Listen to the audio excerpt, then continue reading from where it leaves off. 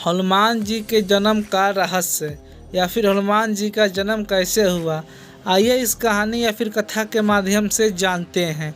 ग्रंथ और पुस्तकों के अनुसार हम आपको बताते चले कि ऋषि दुर्वासा द्वारा स्वर्ग में एक सभा का आयोजन किया गया था जिसमें सभी लोग उपस्थित थे। वहीं पर भगवान इंद्र का भी वास था। सभी बहुत ही गहन भावना में लीन थे। उसी दौरान एक अप्सरा जिसका नाम पूंजी कस्थली था, वे उस सभा में विघ्न पैदा कर रही थी। उस पर उसको जरा सी भी ज्ञात नहीं था कि वे अपनी इस नादानी से कितना गलती कार्य कर रही है। उसी समय ऋषि दुर्वासा ने उसे सरलतापूर्वक इस कार्य को न करने को कहा, पर उन्होंने ऐसा नहीं किया। वे बार बार उस सभा में आ जा रही थी। यह देख ऋषि दुर्वासा और अन्य लोग बहुत ही नाराज हुए।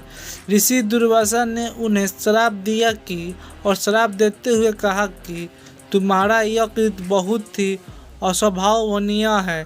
मैं तुम्हें श्राप देती हूँ, तुम बनरी हो जाओ। यह सुन मानो अप्सरा के पैरों तले जमीन खिसक गई। उन्होंने अपने द्वारा किए गए कार्य का बहुत ही पछतावा हुआ। वे रोते हुए ऋषि दुर्वासा और सभा में बैठे सभागारों से क्षमा मांगने लगी, जिसके बाद ऋषि उन्हें एक बार फिर मौका दिया। उन्होंने कहा कि अपनी इच्छा शक्ति से अपने रूप को बदल सकती है। ऋषि दुर्वासा ने कहा, अगले जन्म में आपका विवाह एक बानर के साथ होगा जो एक भगवान होंगे, और तुम्हारा पुत्र भी बानर होगा जिसके पास बहुत सी शक्तियाँ होगी और बहुत बलवान होगा। ऋषि दुर्वासा की यह कथा सुनकर उन्होंने अपना स्वीकार किया, जो गलती किए थे वो स्वीकार अभिनंदन किया। कहे गए कथन के अनुसार कुछ वर्ष बाद पूंजी कस्थली विराज की पत्नी के गर्भ में एक नारी का वरदान लिया, जिसका नाम माता अंजलि रखा गया।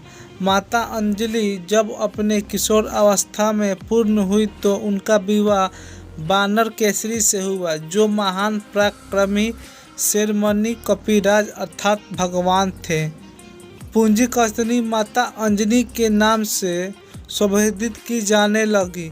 उनका जीवन सुखमय और शांति से व्यतीत होने लगा।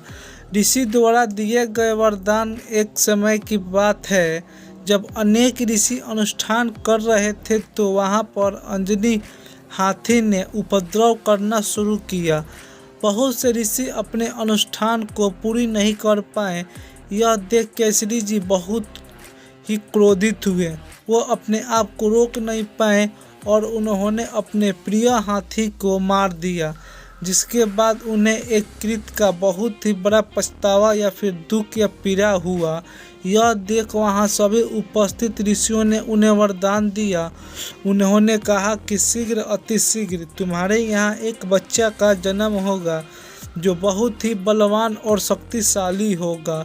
पवन से भी तेज उसकी रफ्तार होगी। एक मत यह भी है कि अंजनी मानव रूप में पर्वत की तरफ से आ रही थी।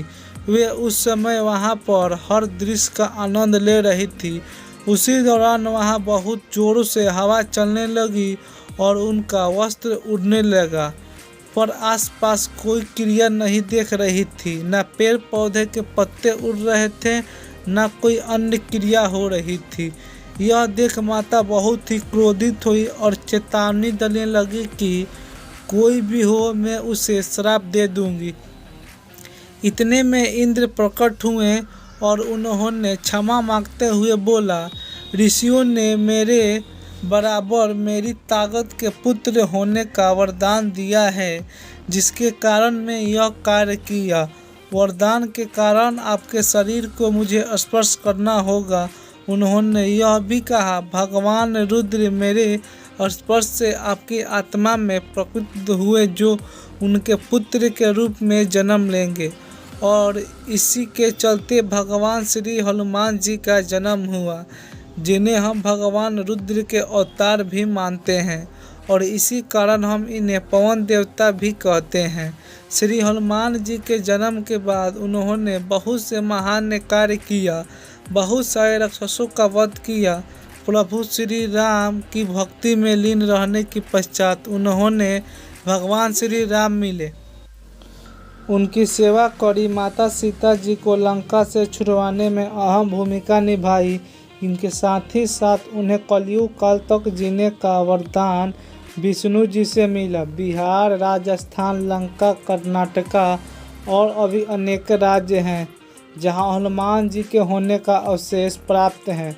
हम सभी को हर समय, चाहे दुख हो या फिर सुख हो, उनके प्रति आराधना करनी चाहिए, उनकी भक्ति में लीन होनी ही चाहिए। ऐसे ही कहानी को सुनने के लिए चैनल को सब्सक्राइब ज़रूर करें और कोई कहानी किसी टॉपिक पे सुननी है तो कमेंट में ज़रूर बताएं। जय श्री राम।